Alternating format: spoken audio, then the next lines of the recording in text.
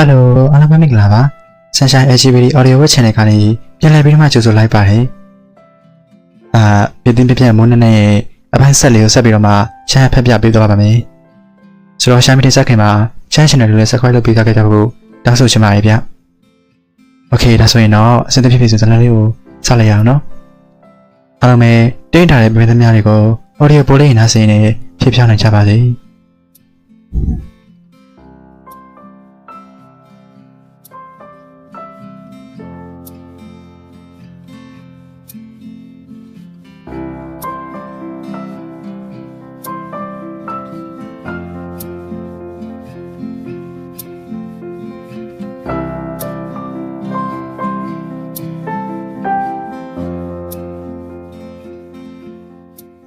အာသာချင်းရဲ့မြည်တင်းပြပြမိုးနဲ့အပိုင်းဆက်လေး episode 40ဟင်မင်းဘယ်လိုမျိုးရွေးမှလဲမုခမတိမိကုံကိုအချာရှင်းသားပြီးမှကိုဖြေပေးလိုက်သည်ငါ့ကိုချစ်ပြီးငါချစ်တဲ့သူမျိုးပေါ့တခြားရောရုပ်ရည်ဂျာမအိုမီဂါဘီတာအယ်ဖာအဲ့လိုတော့ချွေထူးမစင်ပြဖြစ်ပါဘူးငါချစ်ပြီးငါ့ချစ်တဲ့သူမျိုးဆိုရင်ရပါပြီပြီးပြီမုခပြောင်း၍တဲ့သေးတွေကိုတောင်းနဲ့အပြည့်ထည့်လိုက်သည်မင်းရောဘယ်လိုမျိုးရွေးမှလဲမုခငါရွေးပြီးသွားပြီအဲ့လိုလူရှိရဲ့ကိုတိတ်ဆိတ်သွားသည်မုခလက်တော့သားချင်တဲ့လူမျိုးကဘယ်လိုလူမျိုးလဲကောင်းပါလေငါတော့မတွေ့သေးဘူးကိစ္စမရှိပါဘူးငါကြိုးစားမှာပါတောင်းနေပြသွားပြီပဲပြန်ကြတော့မလားမုခတိတိတရာပင်စကားလွှဲလိုက်သည်သူ့မှာဘာအစင်းမှဖြင်းဖြင်းမလုပ်ရသေးသည့်အချိန်တွင်ကိုယ်ဖွံ့ဖြိုးတတိမရှိသေးပြီသူအများကြီးကြိုးစားရအောင်မည်စမလွန်သေးခုရအောင်ပါတဲ့တဲ့နဲ့တောင်းပြသွားတာပဲဒါအရင်တော့ပို့လိုက်ကြတာပေါ့ထို့နောက်ကိုတို့ဓာတ်ကိုစီဖြင့်အိမ်ပြန်လာလိုက်ကြသည်မုခအိမ်ဝင်းထဲမှာရထားသည့်ကားကိုမြင်တော့သူ့ပဲအမြင်မှတ်လာလို့ဇဝဲဇဝါဖြစ်သွားရသည်သူ့ဦးလေးကဘယ်လိုလုပ်ရောက်နေရလဲအဲ့ဒါရောက်နေရထင်တယ်ကိုတွေးဆဆထင်ပြောလိုက်ရင်မမေ့စီသွားပို့လိုက်သည်တဲ့တဲ့အများကြီးမှဲ့နေရပဲစွန်ပလွန်လေးကိုညနေမှတစ်ခါတော့ထုတ်လိုက်တော့တော့ကိုဟုတ်အဲ့ဒါရောက်နေရလားမမဟုတ်တယ်ခုံခုံမဲစားအဖေတဲ့မုခသူထင်တာမှန်နေတာပဲဟုတွေးမိသွားကလေးကိုအသာမှုတ်ထုတ်လိုက်သည်သူ့ဦးလေးကခုံခုံအပေါ်ရိုးမရိုးသားပါရဲ့လားဆိုတာကိုတွေးမိသွားကသူတို့ဒီကိုရောက်တာ၄ရက်မြောက်ပဲရှိသေးတယ်တကယ်လဲလာလားတခုခုပဲကိုမုခစီအကြည့်တစ်ချက်လန့်ကြည့်လိုက်ရင်တခါမှခုံမဲစားအဖေကိုမြင်ဘူးတာကိုအမှတ်ရသွားသည်ဒါခုံအတွက်သူစူးစမ်းကျင်းကျင်တဲ့အချိန်ပဲအတွေ့ကိုစင်းနေအတူကိုတို့အပေါ်ကိုတက်လာတော့အတွင်းကနေချထိုးထားသည့်လူခန်းကြောင့်ဇဝေဇဝါဖြစ်သွားရသည်အခက်တကပုံမှန်ဆိုသူတို့၃ယောက်အိတ်နေရင်တောင်ကြံမထိုးထားပြီမဟုတ်မှအခန်းထဲမှာခုံနဲ့သူ့တဲ့ဒီတို့အနားယူနေရလားအဲ့ဒီလိုဆိုရင်တော့သူမနာရှက်တာပဲကောင်းလိုက်မိထင်သည်မုခပိတ်ထားသည့်ခန္ဓာကိုကြည့်ရင်ဦးလေးဖြစ်သူကိုအမြင်ကတ်သွားသည်သူများအိမ်လာပြီးသူများခန့်ကိုပိုင်စည်းထားကြတာပဲထူးကတော့သူ့အကိုနားတွင်လက်ကဖုံးသုံးနေပြီးမုခတို့ကိုခြေဟန်လက်ဟန်နဲ့လန့်ခေါ်လိုက်သည်အခန်းထဲကထူပိုင်မုခဦးလေးနဲ့ခုံတို့မေးလို့မင်းဦးလေးကခုံမွေးထားတာနော်ဘယ်လိုရလာလဲတော့မသိဘူးခုံကငါ့ကိုခန်းထဲနေနေထွက်တယ်သူ့မွေးစားဖြစ်တဲ့အလန်းလုံးမေးဖဲကောင်းမလာရလို့နားယူရအောင်ပါတဲ့မုခခေါင်းချင်းပြလိုက်ရင်သူ့အိုးလေးနဲ့သူမျက်နှာချင်းဆိုင်ဆွေးနွေးကြရရှိနေပြီဟုယူဆလိုက်သည်အကယ်၍သူထည့်သည့်အတိုင်းသာဆိုသူ့အစီအစဉ်ကိုမြန်အကောက်အထက်ဖွင့်နိုင်ဖို့အချက်ကင်လိုရနိုင်လောက်သည်တိုက်ကွန်တို့လောကကနေအနားယူကြတဲ့ကခြေပေါင်းရဲ့ဘက်ကိုခြေဆက်လာသောဥဆက်ကြောင့်မုန်တိုင်းကပြတ်ထုံးညံအရန်ကောင်းပြီးပရိယေလည်းကျဲသွားသည်ငါတို့ခွင့်ရေးပဲအောက်ခဲ့ဥပိုင်ငါဘိုင်အောင်နေလို့ကိုးနေတာအဲ့ဒါကိုမစူဖို့နဲ့အခန်းထဲလောင်နှောက်ရှက်ကြဖို့အခန်းကမခောက်ဖို့လာသတိပေးသွားတယ်မုခ မင်းဦးလေးကပို့ပြီးချက်ဆက်ကောင်းလာတာပဲဇေယျပိုင်ဆိုသူဟာသူဆိုမင်းကိုမမြင်ဘူးမင်းကတောင်းတဆက်လိုက်လို့ပို့ရတာတတိပေးသွားတာလေလက်အောင်နေဆိုပြီးမျက်လုံးပြည့်နဲ့ရှောက်ကြည့်နေတာငါမျက်လုံးနဲ့ငါကြည့်ရမင်းမျက်လုံးငါကြည့်ရလားဗဆက်ပိတ်ထားနားကြီးရဲ့စေတနာနဲ့မတန်တဲ့ကနောက်ခါတေးသေးချီချီပြစ်ထားပါသွားညကြငါလည်းလာအိမ်နဲ့မဲဘူးကွာငါညီနေငါအိမ်မှာအခေထူပိုင်စောင့်ကန်လွတ်မှာအီစီလာမကြီးနဲ့ဇေယျပိုင်ဆိုနေလို့တက်တာနဲ့အတန်လေးကထွက်လာပြီတော်တော်ရန်ဆောင်တဲ့ကောင်အဲ့တော့မင်းအမှုပါလားငါညီကိုကြည့်နေတဲ့မင်းကြီးတွေအခုချက်ချင်းရောက်သိမ်းလိုက်စမ်းမေးပေးဒီပိုင်ဆိုဘာမှမပြောနိုင်တော့ပဲစိတ်ထဲကနေသာမေတ္တာကြိတ်ပို့လိုက်သည်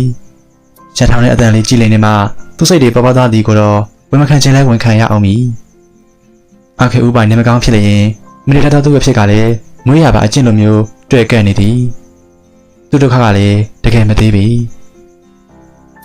အောက်ခေထူပိုင်ဆိုးမလို့ညာပြုတ်စုပေးနေရငါဆိုလဲမျိုးတက်နေပြင်ပါစစ်တနာစောကအောင်ဆိုပြီးရှင်နဲ့မနာကျင်သွားပြီထူးထူးလေးရဲ့ဘယ်နဲ့ဆက်တာပဲမမင်းနဲ့တိုင်ပြောမယ်ထူပိုင်မျက်လုံးလှန်ပြလိုက်ပြီးကိုဖုံးကိုပဲသုံးနေလိုက်သည်သူ့စိတ်နဲ့ဆိုညကလေးကသူ့ရဲ့ကိုယ်သက်ထနဲ့လောက်ပြီးဖြစ်သည်ကိုတောင်စိတ်မရတဲ့သည့်ထူပိုင်ကအိုမီဂါတရားနဲ့မတူဘူးခဏအားပြောခံရသည်ဒီတစ်ခါတတိသူတို့ကမိသားစုအစည်းအဝေးပဲခေါ်ရင်အခုကိုဇေယျပိုင်ဆိုးနဲ့ပေးစားလိုက်လို့စိတ်ပေါက်နဲ့ပြောပြအောင်မီဇေယျပိုင်ဆိုးနဲ့သူ့အကူကအချိန်တန်းစကားများရန်တက်ပြီးသူ့ကိုမတိတိစားတတ်တာမှတ်တော့လဲပိုင်ဆိုးအချစ်တွေကမြေတန်းသူ့ကိုစီမှာပဲရှိနေခဲ့တာဖြစ်သည်ဒါကိုဟိုမြက်ကန်းကပါဇက်ကမပြောသေးပြီးတတိထားမိမှာမဟုတ်ပေပွဲကြီးပရိသတ်ဖြစ်နေသောကိုနဲ့မိုးခါတို့နှစ်ယောက်အင်းပေါ်မှာပဲထိုင်ရမလားအင်းထပ်ပြီးပြန်ဆင်းပြီးစုံလုံးလေးသွားခုရမလားမသိတော့ပေထက်တဲ့နဲ့မန်နီကိုမတွေ့ရ၍မန်နီရဲ့ခန့်စီကိုသွားကြည့်လိုက်တော့အနှဲငယ်ဟနေသည့်တစ်ခါမှကဂရင်ပေါ်အိတ်နေသည့်ထိုက်တဲ့နဲ့ဘေးမှာခုံလေးနဲ့ထိုင်ခါကြည့်နေသောသူ့ညီကိုတွေ့လိုက်ရသည်အထက်ကိုဝင်ဖို့ပြနေသည့်ကိုချီလန်တွေရက်တန့်သွားရသည်သူအမြင်ပဲမှလိုက်တာလားမသိပေမဲ့သူ့ညီကထိုက်တဲ့ဤစပင်လေးကိုနူးညံ့ညံ့အပေါ်ကိုသက်တင်ပြလိုက်တာကိုတွေ့လိုက်ရသည်အခြေအနေတွေကနည်းနည်းမဟုတ်သေးသူလည်းမမိနိုင်တဲ့အခြေအနေတစ်ခုကိုကြောက်နေတယ်လို့ပင်ခွန်ရဲ့တတိကညာတွင်ချင်းကောင်းမပြီးလိုက်တာကိုသူနည်းနည်းလေးတွေးကြည့်လို့ရသည်ဘာလို့ဆိုခွန်ကသူ့မွေးစားအဖြစ်ပေါ်တာမန်ထပ်ဖို့နေကြတော့ကြောင်းပင်ဇေယျပိုင်ဆိုဤအောက်ခေဦးပိုင်ပေါ်စိုးရနေတဲ့အကြည့်တွေကိုလည်းသူသေချာတွေးကြည့်လို့ရသေးသည်သူ့ညီအခြေအနေကတော့မတူပေဒီအခြေအနေကိုသူမတွေးထပ်ဘူးဖြစ်နေသည်သူ့ညီကငယ်သေးတယ်ပြီးတော့သူ့ညီကသူ့ကိုအယမ်းချစ်တာစီးပွားရေးလုပ်ဖို့ပဲတည်တဲ့ကလေးကတရားအပေါ်အဲ့လိုစိတ်ရှိဖို့ဆိုတာကလည်းတိတ်တော့မဖြစ်နိုင်ဘူးထပ်တန်ကိုအရင်ကူးဆိုင်ပေးတာကသူ့တငယ်ချင်းမို့လို့လားကိုအမျိုးမျိုးတွေးကြည့်ရင်အခန်းရှိကနေအသာလှည့်ထွက်လာလိုက်သည်သူ့အတွေးတွေကတည့်ရုပ်ထိမရှိဘူးဆိုပေမဲ့သူ့ညီနူးညံ့လေးကြည့်နေပုံကမျက်လုံးထဲမှာထွက်မသွားပြီမန်နီလေးကငယ်သေးတာမို့သူ့အရန်ရန်ကမှနှမျောပြီးမစင်စားမတွေးစေချင်သေးတော့လေအကယ်၍မန်နီလေးကတကယ်ပဲသူထင်ထားတယ်လို့ဆိုရင်သူနားလဲလာလောက်သည်လားကိုအနေဖြင့်မန်နီလေးကိုချစ်တဲ့သည့်အတွက်နှမျောဝမ်းနဲ့မိတီကလွှဲရင်သူရွေးချယ်သမျှကိုအလေးအနက်ထားပေးနေလောက်သည်တစ်ဖက်ကထိုက်တန်ဦးဖြစ်နေသည့်အတွက်သူလက်ခံနိုင်လောက်သည်ဒါပေမဲ့သူတောင်မရှိမိသည့်အချိန်မှာမန်နီလေးကိုလည်းအချစ်နဲ့မဆုံးသေးသေးပြီငယ်တုန်းတွေ့ရသည့်အချစ်ကရရှိတည်မြဲနိုင်ပါမလားသူမသိပေကိုအတွေ့များစွာဖြင့်အင်းရောက်ထက်ကိုဆင်းသွားကဘန်းကိုထုတ်လိုက်ပြီးချမ်းဝဲနေကနေအသာထွက်လာလိုက်သည်သူစိတ်တွေကိုအနှဲငယ်ရှင်းလင်းခြင်းနေ၏မိုခါတူတူကြီးထွက်သွားသောကြောပြင်လေးကိုကြည့်ရင်တစုံတရာကိုခံမှန်းမိလိုက်တယ်လို့မို့ထိုအခန်းသားကိုအသာကကြည့်လိုက်တော့မြန်နေရသည့်အရာကြောင့်ကိုဘာလို့တွေ့ဝင်နေတာလဲဆိုတာကိုသဘောပေါက်သွားသည်အခုအခြေအနေမှာသူ့လုပ်ပေးနေတာပါရှိလေကိုအများကြီးတွေးနေမှာလားကိုကသူ့ညီကိုအရင်ချစ်တာသူဘာလို့တင်လဲမိုခါစဉ်းစားရင်အိမ်ထဲဝင်လာသည့်ထိုကလေးနှစ်ယောက်ဤဘင်းလေးကိုမြင်သွားကအောက်ထပ်ကိုအမြင်ဆင်းသွားလိုက်သည်အခုစပင်းကားလို့ရလားနိုင်တော့ပြီးပြီမေဟုတ်ရပါတယ်ဗျအဆန်ပြလို့မလိုပါဘူးဗျမန်းလေးရှိလာရင်စုတွေလုပ်ဖို့တခါစီးနှစ်ခါချက်ဦးသွားခုကိုခေါ်ထားလို့သူ့ခန်းထဲမှာအရင်စားပို့ကြည့်လိုက်ဟုတ်ကဲ့ထို့နောက်မိုခါတီလည်းမင်းနေရသည့်လက်တော်နှစ်ခုကိုကြည့်ရင်စက်ခင်းတွေဟိုဘက်ကလက်ခွက်တွေကိုသတိရသွားကထို ထိုဘက်ကိုကိုသွားတာဖြစ်နေလောက်သည်ဟုတွေးရင်အမြန်နင်းလိုက်သည်ကိုလက်ကွင်းတဲ့ဘက်ကိုနင်းလာပြီးရှောင်းငွေးနေရင်သူ့အထင်မမှားတာဖြစ်နိုင်ဘူးလားဟုတွေးမိနေသည်သူစိတ်တွေကိုရှင်းလင်းကြွေမဲ့မရှင်းဘူးဖြစ်နေသည်ထို့ကြောင့်စပင်းကိုအပင်အောင်ရက်လိုက်ကဘေးပေါင်တစ်ခုပေါ်မှာတထိုင်ရင်လက်ကွက်တွေကိုဖြတ်ပြီးတိုက်ခတ်လာသည့်လေးအများကိုခင်းယူနေလိုက်သည်ကိုရဲ့ဒေတာမဟုတ်သည့်အတွက်လမ်းတွေကိုသိမ့်မိသောဒုက္ခအတွက်တော့လက်ပေါင်ဒီအပေါ်ထိန်းနေရင်ကိုလိုက်ရှာနေသည်ခက်လန်းလန်းမှာလက်ခွက်ပြီးတဖက်မဲ့အောင်လေးရထားသည့်ဘိန်းလေးကိုမြင်တော့မုခအားတက်သားကအမြန်နေလိုက်သည်နေအပူရှင်တက်သည့်အချိန်ဖြစ်တာမို့ချွတ်ထွက်နေတော့လဲကိုမြင်လျက်သည့်နေ့တင်နေပူတန်ကိုစိတ်ထဲမရှိပေနေပူရှင်တက်နေသည့်အချိန်ဖြစ်တာမို့ချွတ်ထွက်နေတော့လဲကိုမြင်လျက်သည့်နေ့တင်နေပူတန်ကိုစိတ်ထဲမရှိပေအနာကိုအသာနင်းသားကတော့လိုက်ပြီးစပင်းကိုရက်လိုက်ကဘေးကိုသထန်လိုက်တော့အံဝရကြီးလှည့်ကြည့်လာသည့်အကြီးများနှင့်စုံလိုက်ရသည်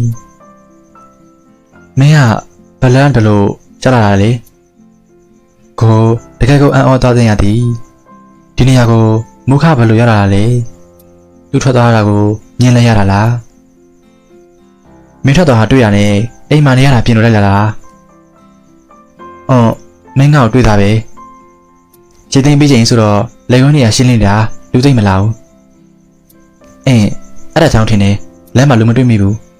ငါမင်းကိုတွေ့ပါမလားလို့တွေးမိသေးတယ်ဟုတ်လားမုခလေခွင်းဘက်တွေပဲငင်းနေသူဤဘေးတိုက်မျက်နှာကိုငေးရင်စကားဆရှာလိုက်ကဒီအပင်ကတဖန်းပင်လားဟုတ်တယ်တဖန်းမကင်းဆိုတာဒီအသီးနဲ့လောက်ထားလားခြေတဖန်းနဲ့ကုန်းတဖန်းဆိုပြီးရှိရယ်ခြေတဖန်းသီးစားရင်ရေကူးတတ်တယ်တဲ့ကုန်းတဖန်းကတော့ဟင်းချက်စားမကင်းထိုးစားယူထိုးစားကြတယ်တကယ်ရေကူးတတ်တာလားအယူစားတတ်ပါရေတဖန်းသီးကအသေးကိုခွဲကြည့်လိုက်ရင်အထက်မှာပြည့်စိတ်နဲ့ရောင်လိုအကောင်လေးတွေပါတယ်ကုန်းတဖန်းကတော့မပါဘူးဒီတိုင်းပဲကြတာပဲသိပြီကိုစိတ်ထဲတရားရစီကအချင်ချင်ယူသိမလားဆိုတာတွေးမိရင်မုခကိုလူတွေကဘယ်ရွယ်တော့မှအရှင်းနဲ့စတွေးကြလေငါပြောချင်တာဘယ်ရွယ်မှချစ်မိတတ်ကြလေငါမေကွန်းထူးဆန်းနေမလားမသိပေမဲ့အခုအဲ့ဒါကိုတွေးမိနေလို့ခိုးရခဲ့ပဲသူ့ညီနဲ့ပတ်သက်ပြီးအတွေးများနေပုံရကိုမုခနားလည်သွားကအချစ်ဆိုတာကငါနဲ့တလောက်ကို့မိပိုက်ထဲမှာရှိကြတဲ့ကလို့ဆိုရမလားငွေကလေးကဆိုရမလားအရင်ဆုံးမိခင်ကိုမှတ်မိပြီးအရင်ချစ်မယ်နောက်တော့ဖခင်ကိုချစ်မယ်အဲ့ဒီကနေအကိုအမတွေခွေးလေးကြောင်လေးတွေအဲ့ဒါကြောင့်မလို့ချစ်တတ်တဲ့အရွယ်ဆိုတာငါတို့လူမမသိတတ်တဲ့အရွယ်ကလေးကဖြစ်နိုင်တယ်အဲ့ဒီထဲမှာလူတစ်ယောက်ပေါ်တတ်မှတ်ချစ်ချင်းတင်ရောစင်မျိုးမဟုတ်ပဲတဘွားလုံးစာအတွက်လေးနဲ့ချစ်မိသွားတဲ့အချိန်ကိုလူတွေကအချင်းနဲ့စတွေ့တဲ့အချိန်လို့မှတ်ယူလိုက်ကြတယ်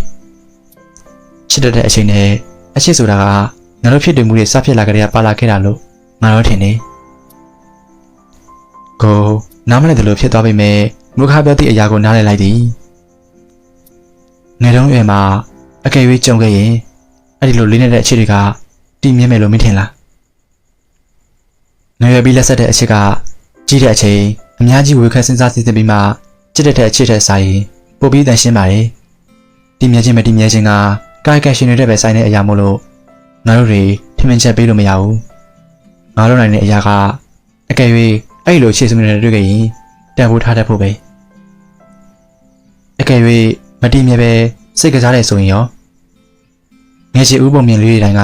မပေါင်းဖက်ရပေမဲ့လှပပါတယ်စိတ်ကစားခဲ့တယ်ဆိုရင်တော့နှစ်ယောက်လုံးပျော်ရွှင်ခဲ့ရတဲ့၍ဘသူကမှမထိခိုက်တဲ့၍အဆင်ပြေမှာပါနားလဲပါပြီကိုသူ့စိတ်ထဲအမှန်တကယ်တွေးနေကြသည့်အရာကိုနားလည်သွားခဲ့သည်အကယ်၍ဆိုသည့်အခြေအနေအောက်မှာကိုတွေးမိခဲ့သည်ကမန်လေးလေးကစိတ်ကစားခဲ့တာဆိုရင်ထိုက်တန်ခံစားရမှစိုးနေခဲ့တယ်လို့ထိုက်တန်တာမရှိခဲ့နိုင်ရင်မန်လေးလေးခံစားရမှစိုးရိမ်နေခဲ့တာဖြစ်သည်အဘဲကြောင့်ဆိုတော့ထိုက်တန်ကမန်လေးကိုသူ့ညီလေးတို့သဘောထားကြောင်းခဏခဏပြောနေခဲ့သောကြောင့်ဖြစ်သည်ငွေရောက်ထင်းလေးကငယ်သေးပေမဲ့အရာရာကိုစဉ်းစားတွေးတောနိုင်ပြီးသူ့ထက်ပိုရင်းချက်တာမို့ဒီကိစ္စနဲ့ပတ်သက်ပြီးဘာမှမစဉ်းစားပဲလုပ်မိသူမဟုတ်ဘူးဆိုတာသူယုံကြည်သည်သူညီရှာသည့်လက်တိုင်းကိုသူထောက်ခံပေးသွားမည်အကယ်၍ကိုတိုင်လင်းနဲ့ချင်းမျိုးနဲ့တွေ့ကြပါလေရင် ကိုတီလည်းကုစုံဖြန့်ချက်အတိုင်းလုံးမိမိဖြစ်တယ်လို့ထို့အရာကိုသူ့ညီလေးကထောက်ခံပေးလိုက်မည်အတွေ့အကြုံရှင်းလင်းသွားသလိုညနာလေးကကြည်လင်နေသောကိုမိုးခါငေးကြည့်နေရင်ထို့အပင်အောက်မှာသူတို့ညနေခင်းရောက်သည့်အထိထိုင်ပြေးခဲ့ကြသည်တဖြည်းဖြည်းဝင်သွားသောနေလုံးကြီးကိုကြည့်ရင်ကိုတို့စပင်းကိုဖြည်းဖြည်းချင်းနဲ့ကအင်ကိုပြန်ခဲ့လိုက်ကြသည်ကိုအိတ်ရှိရောက်တော့ထူးခြားခြားတိတ်ဆိတ်နေသည့်အခြေအနေကြောင့်မူခကိုလှမ်းကြည့်လိုက်ကအိမ်ထဲအသာဝင်ခဲ့လိုက်ရာအိမ်အောင်ထက်ကစပယ်ဝိုင်းတွေညင်သက်စာထိုင်နေသည့်မုခဦးလေးနှင့်မျက်နှာချင်းဆိုင်မှာအနှဲငယ်လေးနဲ့သည့်မျက်နှာဖြင့်ထိုင်နေသည့်ပပကိုတွေ့လိုက်ရသည်အခြေအနေကဘာဖြစ်နေရလဲဆိုတာတွေးနေတော့အိမ်နောက်ဖက်မှာထိုက်တန်ကတိတိလေးလာခေါ်သွားသဖြင့်ကိုတို့လိုက်သွားလိုက်သည်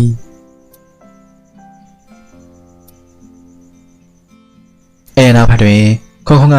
အိမ်ရန်နာကကနာထောင်နေပြီးကျန်သည့်သူများကလည်းထဲကအခြေအနေကိုစူးစမ်းနေကြသည်ကိုဇဝေဇဝါဖြင့်ဘာဖြစ်လို့လဲဘာဖြစ်လာလဲမသိဘူးမင်းဘာပြန်ရောက်လာပြီးမုခဦးလေးခေါင်းထဲတွေကိုမဟုတ်လားကွာတွေ့လိုက်တဲ့အချိန်ကနေစပြီးနေရာတော့အဲ့လိုဖြစ်နေရပဲထူပိုင်ဥပိုင်နေပိုင်ဆိုတို့ဒီလေခေါက်ကိုဘန်တို့ငိမ့်ပြလိုက်သည်မန်နီလေးရောဆက်ခင်းနေသွားတယ်မိုးကန်နဲ့မုခမင်းဦးလေးကအရင်တိုက်ကန်တို့ချန်ပီယံလားဘာဖြစ်လို့လဲနိုင်ငံအဆင့်ချန်ပီယံပွဲအတွက်ဖြစ်သမျှအကုန်လုံးတောင်းပန်ပါရဲ့လို့ပြောနေကြတာကိုကြားလိုက်တယ်ထိုစကားကိုကြားတော့ကိုယ်စိတ်ထဲတစ်မျိုးဖြစ်သွားသည်ထိုကိစ္စကပပနီးပြအလုပ်ကနေထွက်လာကြတာနဲ့စိုင်နေခဲ့ပြီလားဆိုတာကိုတွေ့ရင်မျက်နှာမကောင်းတော့ပြီထိုအကြောင်းသိထားသောခုံမျက်နှာကလည်းမကောင်းပြီ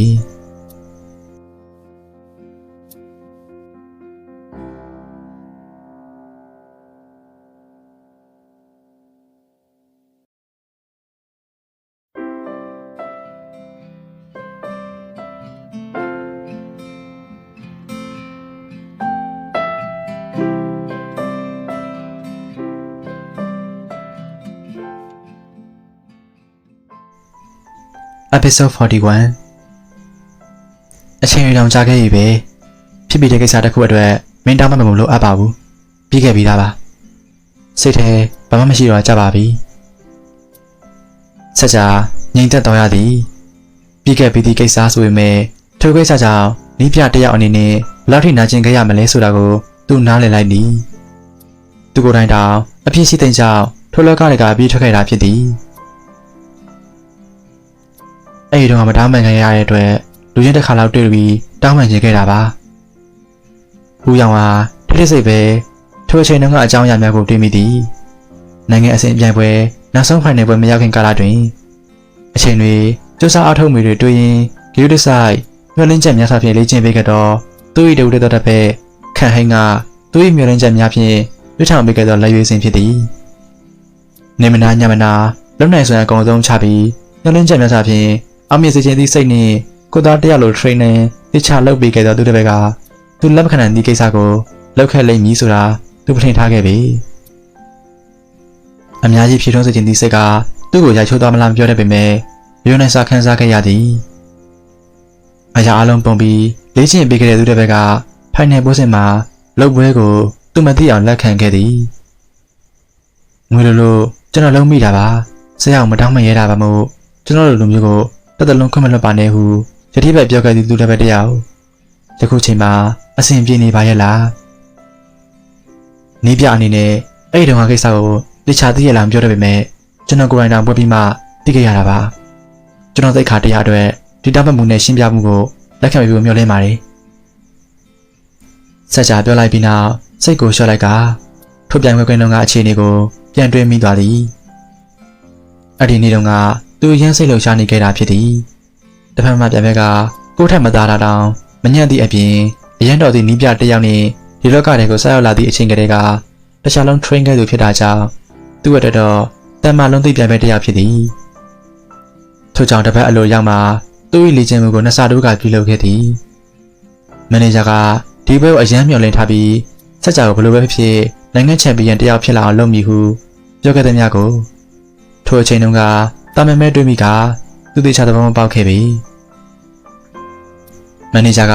သူ့မသိအောင်ကုမ္ပဏီကြီးတွေနဲ့ဗဇက်ကတိဖြင့် စာချုပ်တွေချုပ်ထားခဲ့သည်စက်ရံငွေတွေလက်ခံထားခဲ့သည်သူ့အောင်မြင်မှုကိုတုံ့ချဖို့ပြင်ဆင်ခဲ့တာဖြစ်သည်ထို့အချိန်မထင်မှတ်ထားသည့်ကိစ္စတစ်ခုကလေ့ကျင့်ပြီးပြန်လည်မှရင်မတော်တဆမှုအသေးစားဖြစ်ပွားခဲ့သည်ထို့အချိန်တုန်းကထိုမတော်တဆမှုမှာထိုင်ကုန်နဲ့ညက်သွားသည့်သူ့ချက်ထောက်ကဘလုံးမှမနေခဲ့ပေမဲ့ပြပွဲမရောက်ခင်2ရက်အလိုမှာတိတာလာသည်လေ့ကျင့်နေတော့အောက်မြက်လာတာတွေမခံနိုင်အောင်နာကျင်တာတွေဖြစ်လာခဲ့သည်ထိုအရာကိုရိပ်မိသည့်မန်နေဂျာကစိတ်ကတော့ကြဖို့အကယ်၍ဒဏ်ရာဖြစ်နေပါလျင်ပြန်ခွင့်ကနေနှုတ်ထွက်ရမှာအရန်စိုးရိမ်နေခဲ့သည်စကြကိုယ်တိုင်ကလည်းထိုဒဏ်ရာလောက်ကတော့တောက်ခွန်နိုင်သည်ဟုထင်ခဲ့သည်သူမသိတဲ့တီကအခြေအနေကိုကြည့်ပြီးမန်နေဂျာကတစ်ဖက်မှပြိုင်ဘက်ခန့်ဟင်းကိုတောက်ရောက်ညှိနှိုင်းခဲ့သည်ကိုပင်နောက်ခံအင်အားမရှိသည့်ထိုတရားကိုချန်ပီယံဖြစ်လေရမည်စုကြီးထက်အများပေါင်းများစွာပေးခဲ့ပြီးသူလက်ခံထားသည့်အလုပ်တွေထဲစရံငွေတွေနဲ့ပါကမ်းလှမ်းခဲ့သည်မူလအစကခန့်ဟင်းညင်းခဲ့တော့လဲပြပမစခင်တနားရီလောက်အလိုမှာလက်ခံခဲ့ရာတခြားတော့မျက်နှာမကောင်းသည့်သူ့မန်နေဂျာကထိုအချိန်မှာပြုံးရွှင်နေတာကိုမှတ်မိနေသေးသည်ပထမ round ကလွဲလျင်ကြံသည့် round တွေမှာတည်ရတာကောက်ွယ်ခုခံနေသလိုဖြင့်ညနေသောပြိုင်ပွဲကြောင့်ထိုဘဲကိုသွင်းနိုင်ခဲ့သည့်အချိန်စိတ်ထဲဇဝေဇဝါတစ်မျိုးဖြစ်နေခဲ့သည်နောက်မှသူတီးခဲ့ရသည်မှာမန်နေဂျာ၏လောဘကြောင့်ဒီပြိုင်ဘက်ကလုံပွဲလုံးလုံးဖြစ်နေခဲ့ကနိုင်ငံချန်ပီယံဆိုသည့်သူတို့ကိုကြည့်ပြီးသူသိခါလည်းကြာဆင်းခဲ့တယ်လို့ခန်းစားရသောကြောင့်လက်မခံနိုင်ပဲထိုမန်နေဂျာနဲ့စားတော့ရက်ကထိုလောကထဲမှာသူအပြည့်အပိုင်ထွက်လာခဲ့တာဖြစ်သည်ထိုအချိန်ကလေးကတစ်ဖက်မှနီးပြအလုပ်တွေမကတိုက်ကွမ်ဒိုလောကတစ်ခုလုံးကိုစွန့်ခွာသောအစအဆုံးသောဘာမှမသိခဲ့သည့်နီးပြရောင်ဝါထင်းလင်းကိုအပြစ်မကင်းစိတ်ဖြင့်သူတောင်းပန်ခြင်းခဲ့တာဖြစ်သည်နီးပြတစ်ယောက်အနေနဲ့သူ့အိမ်မက်တွေအတွက်မက်ကန်နဲ့လန်ကိုရှောက်ဖို့တိကျမသိပြပေးနိုင်ခဲ့တဲ့နောက်ကောင်ကလွှဲရင်သူ့ရောမင်းရောပြစ်မမြင်ခဲ့ပါဘူးဖြစ်ပြီးခဲ့တာတွေပဲထပ်ပြီးဆွေးနွေးဖို့ကောင်းတာရှိလာမှာမဟုတ်ပါဘူးအရာလုံးကကောင်းမှုဖြစ်လာတာပဲလို့တွေးပါတယ်သူလည်းသူ့ရဲ့ခြေလက်မှာကောင်းရှောက်နေမှာပါဦးရောင်ဝါစိတ်ထဲရှင်းလင်းစွာပြောပြလိုက်သည်ထိုကိစ္စအတွက်သူ့တစ်ဖက်အပေါ်အပြစ်မမြင်ခဲ့ပြီပါရမီကလွှဲလျင်နောက်ခံအင်အားမရှိသောသူတစ်ဖက်ကသူ့အတွက်မှန်တဲ့ထင်သည့်လမ်းကိုရွေးချယ်သွားခဲ့တာဖြစ်သည်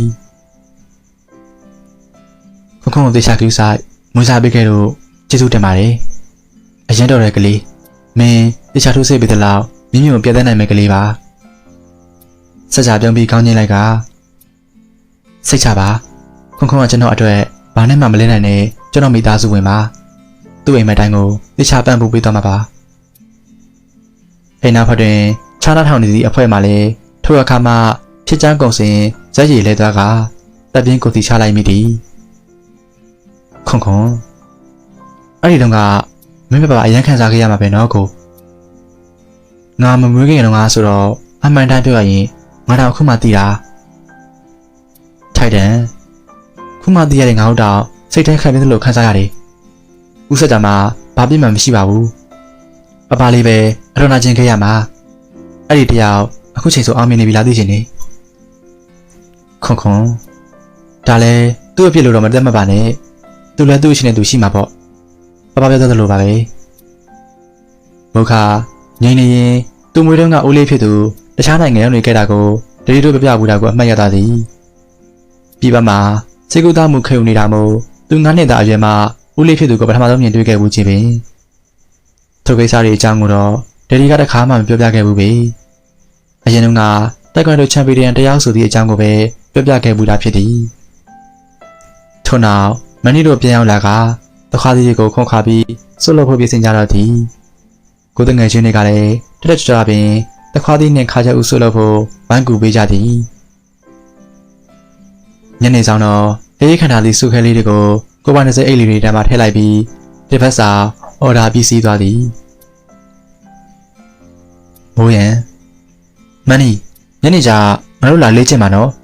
မင်းပပကနားထားတာဒီနေ့ပြန်လေ့ကျင့်မှာလို့မနေ့ကပြောတယ်သဘောပဲထိုက်တန်ဘာကြီးလဲ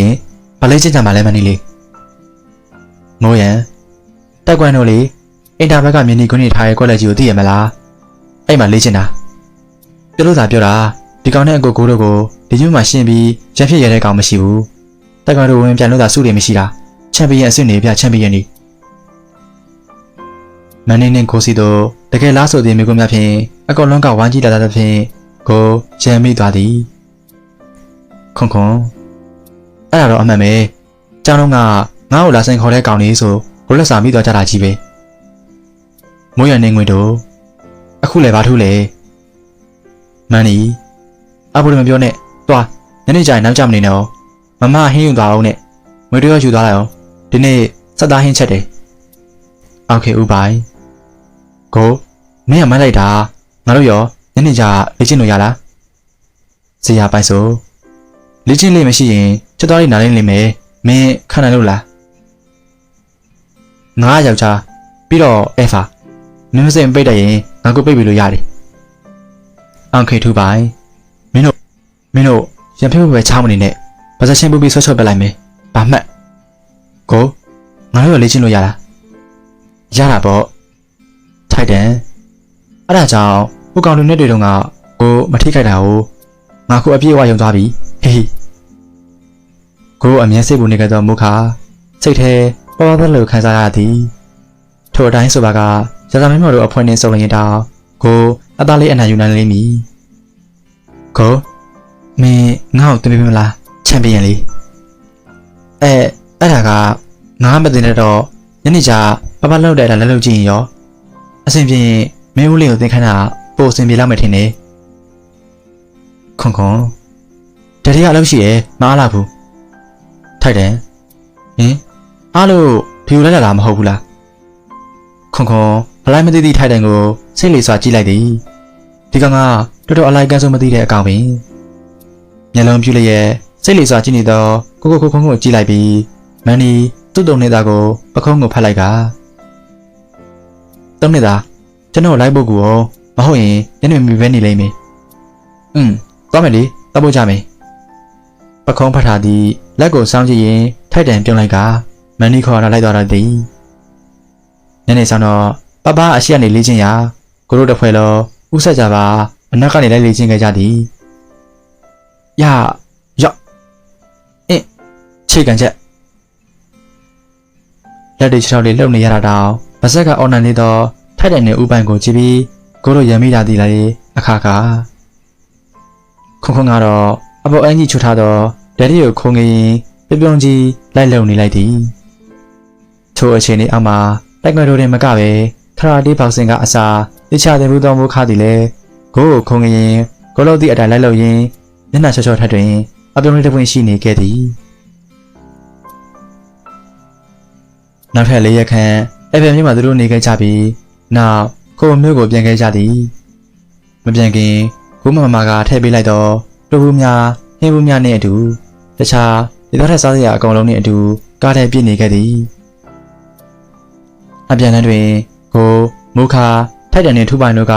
မုခအိမ်မှာကားကိုစီးကခုနဲ့ပုံမခွဲနိုင်တဲ့နှစ်ယောက်ကဥစကြကားတွင်လိုက်စီသည်မြို့ကထွက်လာကြတဲ့ကညနေမကောင်းသောကိုကြည့်ပြီးနောက်တစ်ချိန်သူတို့တွေအတူနေကြတဲ့အချိန်ကိုသူမိဘတွေနဲ့နီးနားမှနေရအောင်အဲဘယ်မြို့မှာဒီကြောင်ချံဝင်းဝယ်ဖို့စုံဖြတ်လိုက်သည်ကိုနေခြင်းတဲ့နေရာတိုင်းမှာသူလိုက်နေပြီဖြစ်ပြီးသူ့ဝနာကကိုလက်ထဲမှာပဲကိုနဲ့အတူရှိနေရမည်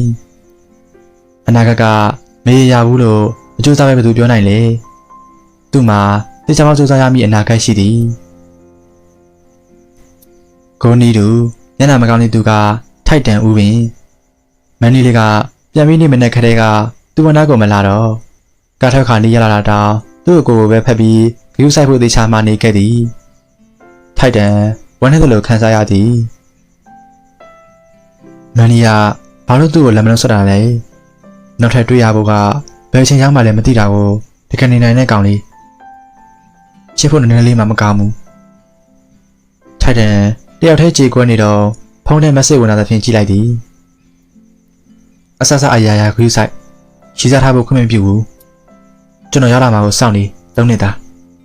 ပြီးတော့ကျွန်တော်အချိန်မမှန်စားဖို့လိမ့်ပါရင်3နှစ်သားအတွက်ကြီးပဲငါဘာလို့မင်းစကားနားထောင်ရမှာလဲထိုက်တန်ဗစက်ကနေထိုးစကားကိုတို့လေးရွေ့လိုက်ကစာပြန်ပို့လိုက်သည်မင်းရောပဲရီးစားမထားရဘူးစားဖို့ရင်စားချက်ချင်းပြန် မင်းလိမ့်မိုင်မင်းတို့ကြီးပဲငွေအောင်ထင်နေခိုးဖို့ကိုရောက်တော့နေကနေ့နာရီထိုးသွားပြီဖြစ်ရာကိုနေထိုက်တယ်တို့အဆောင်မှာစိတ်နေခဲ့လိုက်ကြပြီးမုခကသူ့အိမ်ကိုသွားလိုက်သည်တိတ်ဆိတ်နေသောအဆောင်ကြီးကိုကြည့်ရင်ကိုတို့တပ်ပြင်းကိုစီဖြင့်ကျောင်းစာများကိုတွေးရင်ထုတ်တွေဆွဲကတက်လာလိုက်သည်မုခတို့ခြံဝင်နဲ့ကားဝင်လိုက်သည်နှင့်မမီကအိမ်ဘဝတွေရက်ကြည့်နေသည်ကိုတွေ့လိုက်ရသည်ဘာလို့လဲအိမ်မားနေရထင်နေဖုံးဆက်ဖို့တောင်မရသည့်တားဖြစ်သူကိုကြည့်ပြီးကြောက်ရွံ့ရွဲ့ပြောလိုက်သည်ကိုရက်မှာ2ရက်လောက်ပဲဖုံးဆက်ဖို့ရသည့်သူသားကသူမတို့ကိုတစ်စက်လေးမှသတိမရပါဘူးမမီရလေဗျာဘသူကမင်းမမီလေစိတ်ကောင်းနေသည့်မမီကိုကြည့်ကမုခရလိုက်သည်ကိုမမကယူရင်းနဲ့ဒီသားထက်စားစရာတွေထည့်ပေးလိုက်တယ်မမီတို့ဖို့ဟုတ်လားဘာလဲတော်ရွာအာယုံကထုတ်လူစီရောက်သွားကဖြည့်ကြည့်လိုက်သည်ဒါကကိုတိုင်လုပ်တဲ့သီးလျှောက်လားအိုးစွန်မလို့သီးယူပဲဒါဒီမှာစကြီးပေးဝယ်ရတဲ့စသားကြောင့်မလားမှားဖို့ခက်တယ်ဒီတော့စားစရာတွေကစုံနေရပဲအားနာစရာကြီးကွယ်ဘာလို့အများကြီးထည့်ပေးလိုက်ပါလဲအားနာစရာကြီးဟုဆိုကထုတ်တွေကိုကမောင်လေးလာသက်ပေးတာမစောင့်နိုင်တော့ပဲတက်သားသူကိုကြည့်ကမုခကုကရမဲစာပြုံးလိုက်မိသည်မင်းဒီကတော့ကလက်ဆောင်တွေဝယ်သွားရလားမမေတို့လည်းဘာမှဝယ်မထည့်ပေးလိုက်ရဘူးမထည့်သေးပါဘူးဒလဗာရီနဲ့လက်ဆောင်လေးပို့ပေးလိုက်ပါအောင်မေမွေးနေရပဲချူထောင်ပြီးတခြားနှက်ပေးလိုက်တာပဲစေတနာအပြည့်နဲ့ပါတော့အသည့်အနေနဲ့ကလည်းလက်ဆက်လိုက်တာတရက်လောက်အဲ့ဒီကလေးကိုခေါ်ခဲ့ပါဦးကျေးဇူးတင်ခြင်းလို့သူလိုက်ခဲ့ခြင်းခေါ်ခဲ့ပါမယ်ဘာသူလိုက်ခဲ့ခြင်းရင်လေမမရဲ့ဖိတာလို့ပြောလိုက်ပေါ့ချက်ကလေးလေးတွေလည်းခေါ်ခဲ့အောင်မုန်းလုံးကျွေးရမယ်ကြော်ရင်ထမင်းကိုဝါသာကူကစက်သားကြောင့်နဲ့စားဖို့ပြနေသောမမီကိုကြည့်ပြီးမုခမနှံဆိုင်ခေါင်းရင်အပေါက်ကိုတက်သွားလိုက်သည်ခဏလောက်အနားယူပြီးရင်အဆောင်ကိုပြန်သွားရမည်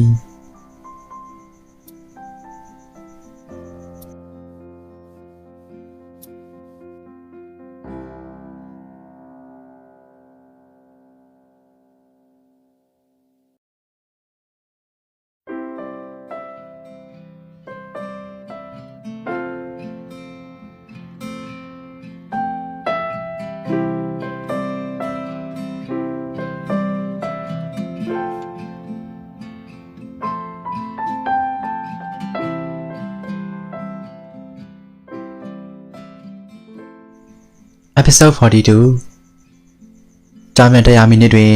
ပထမဆုံးသူကဂုံးနှင်ထိုက်တဲ့နို့ဖြစ်ပြီးစိတ်ကြော်နေပုံရသည်ကခွန်းပင်ကြောင်ပတ်ပတ်လည်းကိုပြုံကြည့်လိုက်ကြည့်နေသူကိုကြည့်ပြီးလက်ထက်ကပင်းတို့ဘူးနဲ့ကောက်ပေါက်ချစ်သိတောင်ပေါ်လာရသည်လူတိုင်းကကြောင်ပတ်ရဲ့အလဲအဘက်တွေ့ကြုံများကိုမျှဝေနေကြပြီးကိုတို့အဖွဲ့ကသာတိတ်ဆိတ်နေတာဖြစ်သည်တကယ်တမ်းကပြောစရာမရှိရမဟုတ်ကိုစီအတွေးကိုစီဖြင့်တိတ်ဆိတ်နေကြတာဖြစ်သည်အတန်းတက်သွားတော့ကိုတို့ကိုခန်းထဲကိုဝင်ခဲ့ကြပြီးပြင်းစရာကောင်းလို့စတင်ချင်းများစတင်တော့သည်စတင်ချင်းတစ်ချိန်လုံးတရားယောက်ကသူ့ကိုစောင့်ကြည့်နေတယ်လို့ခန်းစားချက်ကိုခန်းစားရသည်ချိုးခန်းစားချက်ကအနည်းရဲ့အငွေ့သက်တစ်ခုကိုယူဆောင်နေတယ်လို့လူခံမှတ်မိနေတာကြောင့်မကြောက်မှန်းသည်အတန်းချင်းအတွင်ဖြစ်နေတာမို့အခန်းအပြင်ဘက်ကိုထွက်ကြည့်လို့မရပြီသူ့လုံးနိုင်တီကအခန်းထဲမှာလူတွေတဲကဟုတ်မဟုတ်တိကျစမ်းစစ်ကြည့်ရုံပင်အခန်းထဲကစောင့်ကြည့်တာမဟုတ်မဲတိကျသောသည့်အချိန်မှကိုအပြင်ဘက်ကိုစတင်အကဲခတ်လိုက်သည်ကျောင်းစင်တော့ကိုထိုအကြောင်းကိုစဉ်းစားနေမိသည်ဘသူကသူ့ကိုစောင့်ကြည့်နေတာလဲဘလို့ရွေးချက်မျိုးနဲ့လဲထို့အပြင်အခုတလောရတာမင်းမော်စီကပစ္စည်းများခဏပို့လာသည်မထီထီရေးသားလေးစာများကိုသူမဖတ်တော့လဲထက်တယ်ကတော့ဆက်စုစွာစိတ်ဝင်စားဖတ်ပြီးသူ့ကိုလာပြပြတတ်သည်အမေမဆောင်နိုင်တော့ဘူးတဲ့မဆောင်နိုင်ရင်တန်းတဲ့ခေါင်းနဲ့သွားဆောင်လေဖွဲ့နှွဲ့နေရများမထင်ရဘူးစက်သိန်းအောင်ထားတယ်ကိုအဲ့ဒီရောက်ကဇဲဆုတို့ရတဲ့နေပြီနော်ပြန်စာမရတာတောင်စာဖို့မပြတ်ဘူးပြောမှစာသာဖို့တာမရှိတဲ့ခါမှရောက်မလာဘူးနော်အထုခံမှာစိုးလို့များလားထိုက်တန်ပြောသမျှကိုအာယုံနဲ့မရောက်ပြီကိုတွင်းနေမိသည်ကကိုကိုစောင့်ကြည့်နေတဲ့သူအကြောင်းကိုပင်ထို့ပြင်ထိုကိစ္စကိုဘသူကမှပြောပြပြီ ကြောင်ဖွင့်ပြီးသုံးရမြောက်နေရလာသည့်အထိထိုခန်းစားချက်ကပြတ်မတော်လို့ကြောင့်ထမင်းစားဆင်းပြီးပြန်တက်လာတော့ကိုဖက်တဲ့နိုကိုအရင်သွားနှင်ခိုင်းလိုက်ပြီးပထမတစ်ချိန်အတန်းပြက်ကသူ့ကိုစောင့်ကြည့်နေသူအားအမိဖက်မှုပြင်ဆင်လိုက်သည်ဒီရက်တွေအတွင်းကိုတန်တန်းခွဲ3နောက်သူခဏခဏရောက်နေခဲ့ပြီးရွှေအောင်ထိုင်လင်းဆိုသည့်တရားလုံးသမျှကိုစောင့်ကြည့်နေမိခဲ့သည်ဒီထက်ပိုပြီးရသစီကအမုန်းတွေမခံယူခြင်းတော့လို့အချစ်တွေကိုမျိုးသိပ်လိုက်ပြီးသူတို့တိတ်နေသမျှအီကိုလီမင်းမော်ကသူ့ကိုပေးမနေခြင်းကရွှေအောင်ထိုင်လင်းကိုသေချာစောင့်ကြည့်ပြီး25ရက်နေ့နေကင်းရှင်းရှင်းပြောရလျင်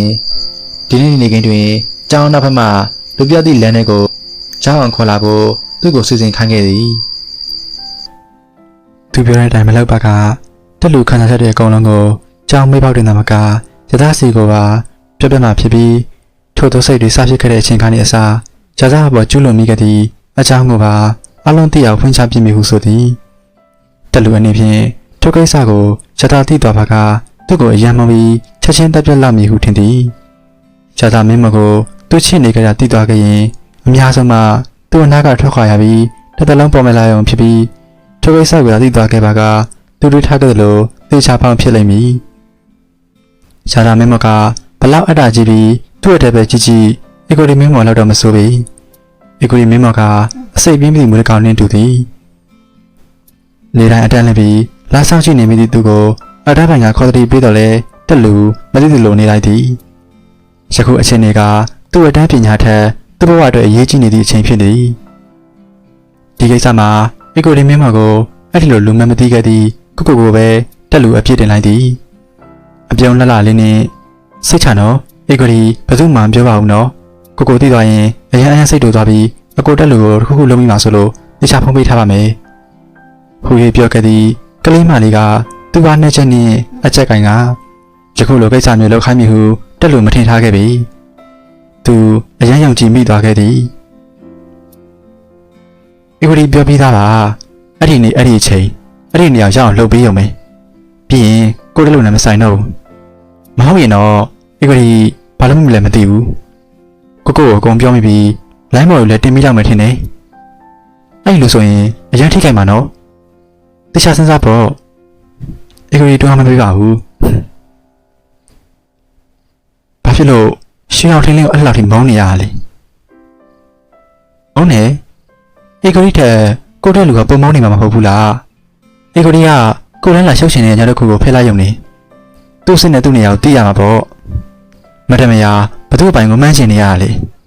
အချိန်တန်ရင်အီကိုလီအပိုင်ဖြစ်လာမယ်လို့လာပြီးမြောက်ကုန်းနေလို့သင်ခန်းစာလေးပေးချင်ရုံပါတနည်းပြောရရင်ကိုတက်လူတက်လဲလက်စားချေပေးချင်တဲ့သဘောပါပဲ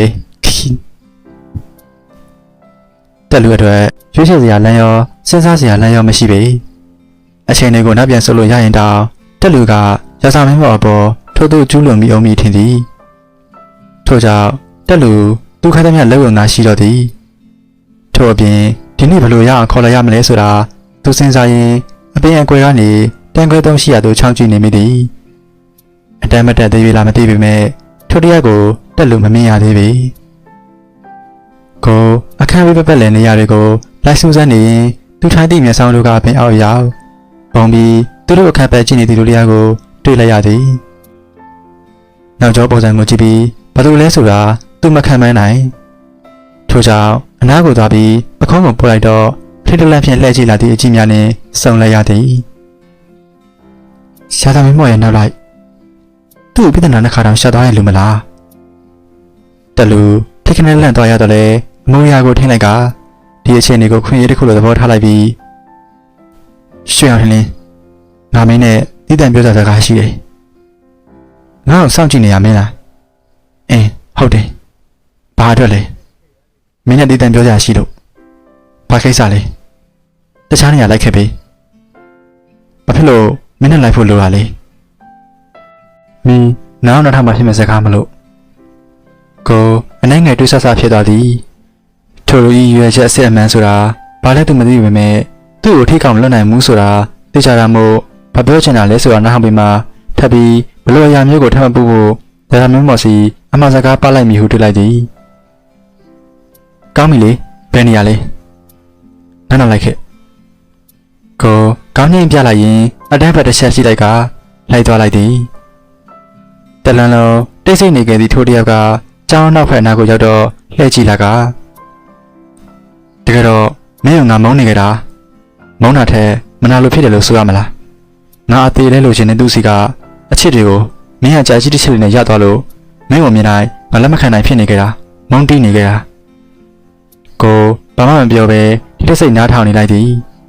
မချင်တဲ့တာတွေပြောနေရတဲ့ထိုးလို့ပုံစံကသူ့စီရင်ဖွင့်နေရနေတူသည်ငငယ်ငယ်တည်းကသူ့ကိုပဲကြည့်နေကြတာသူ့တယောက်တည်းကိုပဲ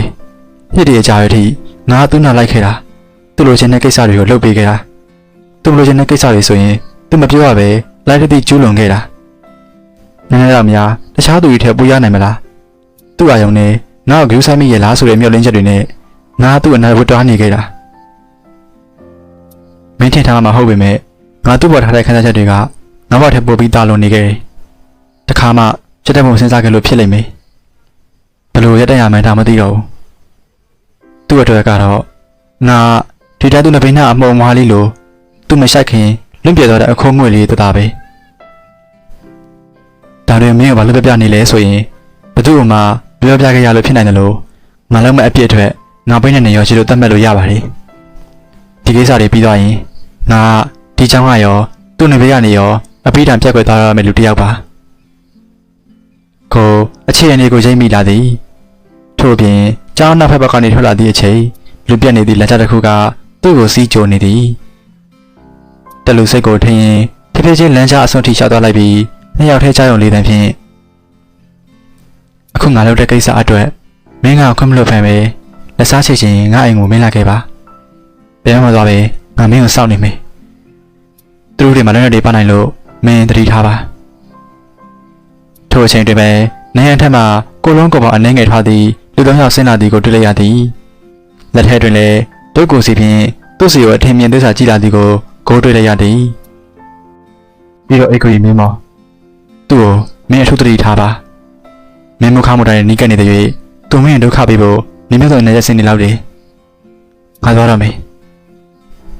တက်လူပြောပြီးလက်သေးကိုဒီတင်းဆုပ်ကလှည့်ထွက်လိုက်ပေမဲ့သူ့ခြေလက်တိုင်းကနှိမ့်ကွေးစွာ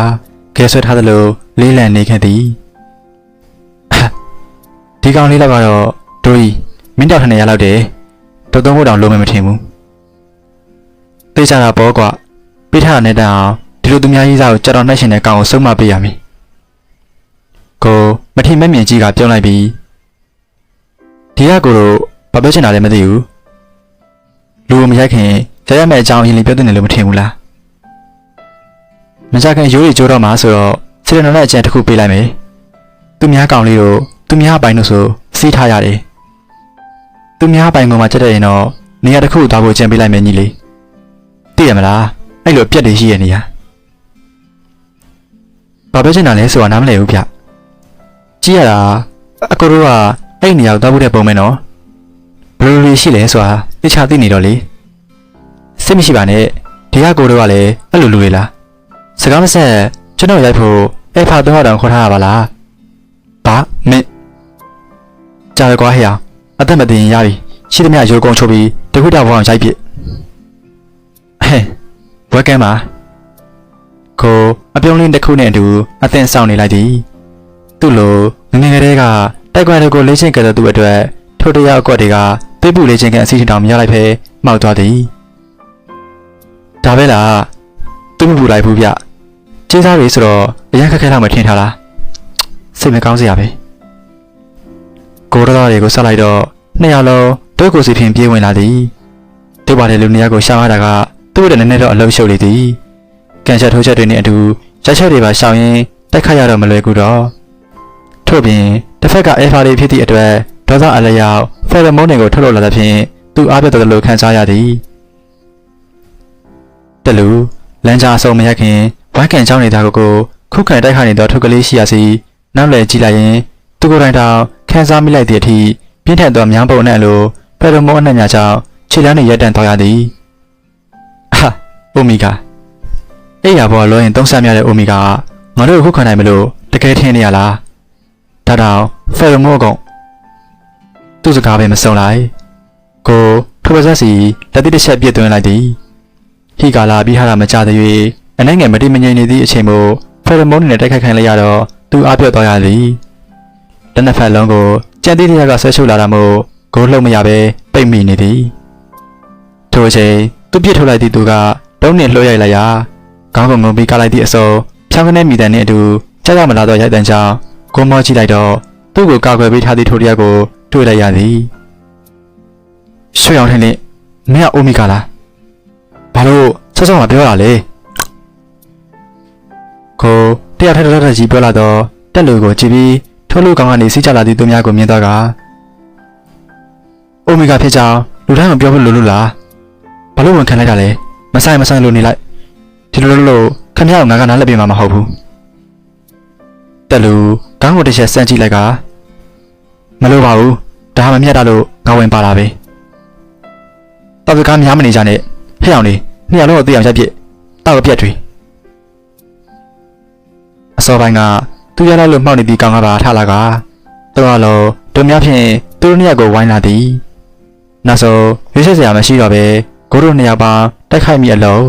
ပဝန်းကျင်တစ်ခုလုံးမုံတိုင်းအမွှေးတံများဖြင့်ပြည့်နေသွားပြီးထိုအဖာတွေကလည်းမျက်နှာတွေနီးရဲကခေါင်းကိုဖိကင်ထားကြသည်ကိုတွေ့လိုက်ရသည်ကိုကိုတိုင်းတောင်ခြေထောက်တွေပြော့ခွေသွားရသည်ထိုအချိန်တွင်ရဲသူကလိမ့်မဲဆရာရောက်လာကထိုသုံးယောက်ကိုထိုးချိတ်ပြီးအမှောက်သိပ်ပလိုက်သည်ကိုတွေ့လိုက်ရသည်ဖယ်ရမုန်းတွေထုတ်လုပ်ခဲ့သောထိုသုံးယောက်ထဲကအကောင်ကြီးသည့်တယောက်အပေါ်တွင်ထိုရိတ်ကခေါ်ထိုင်ထားကတစ်ချက်ပြီးတစ်ချက်ဆင့်ထိုးနေကကိုကြည့်ရင်ပြင်းထန်သည့်ရန်လိုမှုအပြည့်နှင့်မုံတိုင်းအမှွက်သက်တွေကြားတဲ့ကိုအမြင်အာယုန်တွေမှောင်သွားကပြက်ခွေကျသွားလေတော့သည်ရွှေအောင်ထင်လင်းဟေ့ကို